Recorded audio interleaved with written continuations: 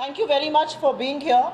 We are here to make an important statement because it is quite clear that the prospects of a humiliating defeat that loom large for the Bharatiya Janata Party here in Karnataka has rattled them and has made them so desperate that their star campaigner and their tall leader, Mr. Basangoda Patil Yatnal, has made an extremely derogatory and extremely shameful remark against former Congress President, UPA chairperson and chairperson of the Congress Parliamentary Party, Srimati Sonia Gandhi ji.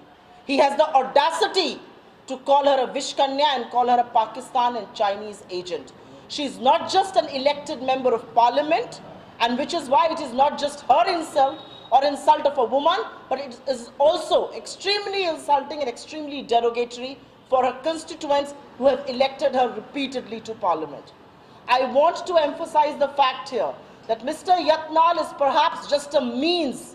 He is just mouthing the words that are coming straight from either Chief Minister Bommai or Prime Minister Narendra Modi.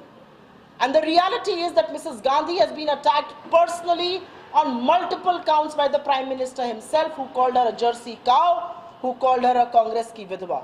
But who is Mrs. Gandhi? Srimati Sonia Gandhi ji is an elected member of parliament. She is a former Congress president. She is the chairperson of the Congress Parliamentary Party. But more than all of that, Srimati Sonia Gandhi ji is someone in whose arms Indira ji breathed her last. When she was shot at with 32 bullets and she was bleeding, she breathed her last in Sonia ji's arms. Sonia ji is the widow of former Prime Minister Rajiv Gandhi, a man who made the supreme sacrifice for this country, a martyr's widow, and this is what they say about her. Srimati Sonia Gandhi is someone who made the sacrifice as far as the Prime Minister's position is concerned. The election was her mandate. She is someone who has given this country path-breaking reforms, whether it is Manrega, the right to work in rural areas, or whether it is right to information, right to education, right to food. These are path-breaking reforms.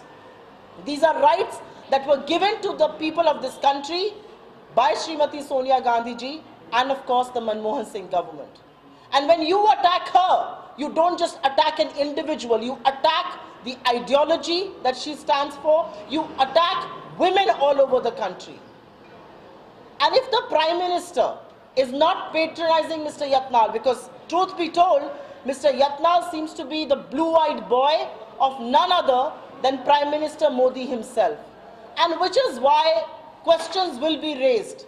And the country today, which is enraged, wants to know, what is the Prime Minister's stand on this? Why is the Prime Minister quiet? And is his silence really the political patronage that he is giving to Mr. Yatnal? I think these are questions that loom large, and without wasting any time, if he does believe in Nari Shakti like he says, he needs to apologize to this country. Apologize to women all over India, apologize to Mrs. Gandhi, and apologize to the top leadership of the Congress party. And more than anything else, a man like Yatnal has no place. The filth, the derogatory language has no place in a democracy, in public life or in politics, and he needs to be thrown out. He needs to be fired from the BJP with immediate effect, because this is an extremely serious offense that he has committed. He's a repeat offender. He was the man who was on record to say that the Chief Minister's chair within the BJP in Karnataka can be bought for 2,500 crore rupees. I don't know what explains the fact that he's the star campaigner of the BJP. He's contesting an election on their ticket. But today, we want to ask that a man who served as the junior minister for aviation in Atalji's cabinet, has politics come to this big a low? Is politics scratching the rock bottom as far as public life is concerned? And is the BJP so rattled that they have stooped to name calling? But let me remind the people here that Karnataka has always stood for the dignity of women, has always stood for the dignity of Sonia ji and her family. Please remember, it was Chikmagalur that elected Indira ji back to house. It was Bellary that bestowed its faith within and upon Sonia Gandhi ji.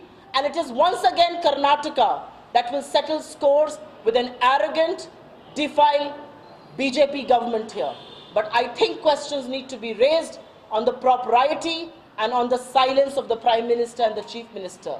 Because until they do not speak and until they don't take action, they have no moral right to talk about women's rights anywhere in this country. Are there any questions on suo motu? We can take those, otherwise thank you. Thank you very much. Thank you so much. Can you get somebody to share this with social media?